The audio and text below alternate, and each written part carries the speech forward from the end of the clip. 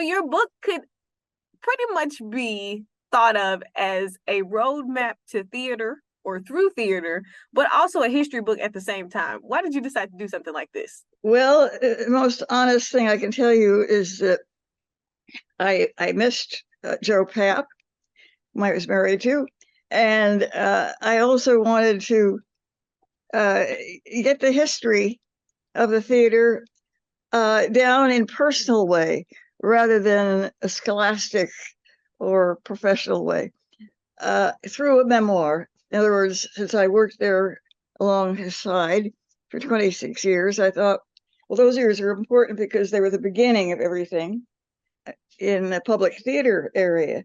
And it's a very lively history. And since I was there for it, I thought my personal account of that life that I had with him during those particular years would be, I think, interesting, hopefully entertaining, and also shed some kind of perspective on what it was back then. You dealt with some heavy hitters, and I have to speak for the people from Mississippi now. You know, James Earl Jones and Morgan Freeman in the early days? Absolutely. Absolutely. I remember them because I was there working there. Before either one of them was famous, they were still young men starting out, not knowing where they might find a home or a place. First of all, in Shakespeare, which is what Joe Papp was producing in the very early days. And back in the 50s and 60s, hugely talented people like Morgan Freeman and James Earl Jones didn't think they had a place in Shakespeare because of the way it was being cast in the United States. They didn't think they had a chance of playing those major roles. Joe gave them a chance. The only thing that mattered to him ever was the talent that a person had to do something. And if they had the talent and did it really well, they had it. They got the part, no matter what the play was. You know, that was revolutionary back then.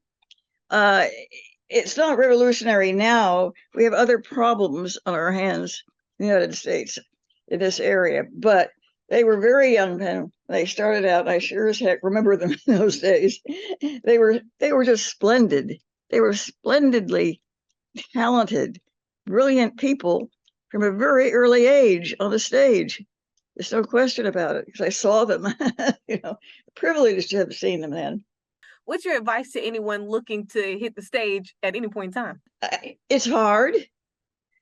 You have to do what you want to do and do it as best you can and try to connect with as many people as you could possibly think of, whether you know them or not, which is how I got into theater. I didn't know anybody in the theater, but I got into it by writing to a crazy bunch of people I didn't know. And just pursue it. And you need to have, I think, enough stamina to take the ups and downs you're definitely going to encounter. It's not a smooth path unless you have to be very well connected in some fashion.